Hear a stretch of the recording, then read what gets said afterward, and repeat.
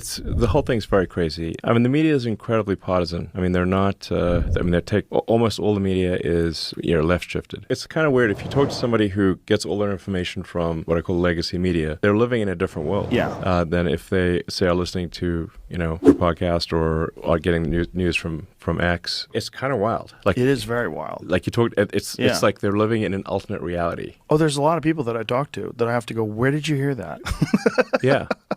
Yeah. But I mean, like the Associated Press, which I call Associated Propaganda, they ran a international news story saying that Doge fired air traffic controllers, but we didn't fire any air traffic controllers at all. In fact, we're trying to hire air traffic controllers, not fire them. Yeah, I saw that. You made a tweet about it, right? And to really bring this show full circle, what was the start of today's show? The start of today's show was about a beautiful 23-year-old, happens to be Ukrainian refugee, who was killed on a bus in Charlotte by a guy who happens to be black, just murdered in cold blood. And then what happened? The mainstream media, ABC, NBC, Washington Post, blah, blah, blah, blah, blah, they did not write one story about it for days. My guess is it'll start trickling out today, because then they do the airlock thing, and then it's sort of like Biden with dementia. There's an airlock, and then eventually something happens that breaks the airlock, and then suddenly we're allowed to talk about it. But that's exactly what his point was right there. So if before the airlock gets broken, if you're somebody that's on X or wherever, and by the way, I'm not even telling everyone to be on X because it can be a total cesspool too. But the point is, if you're someone that gets media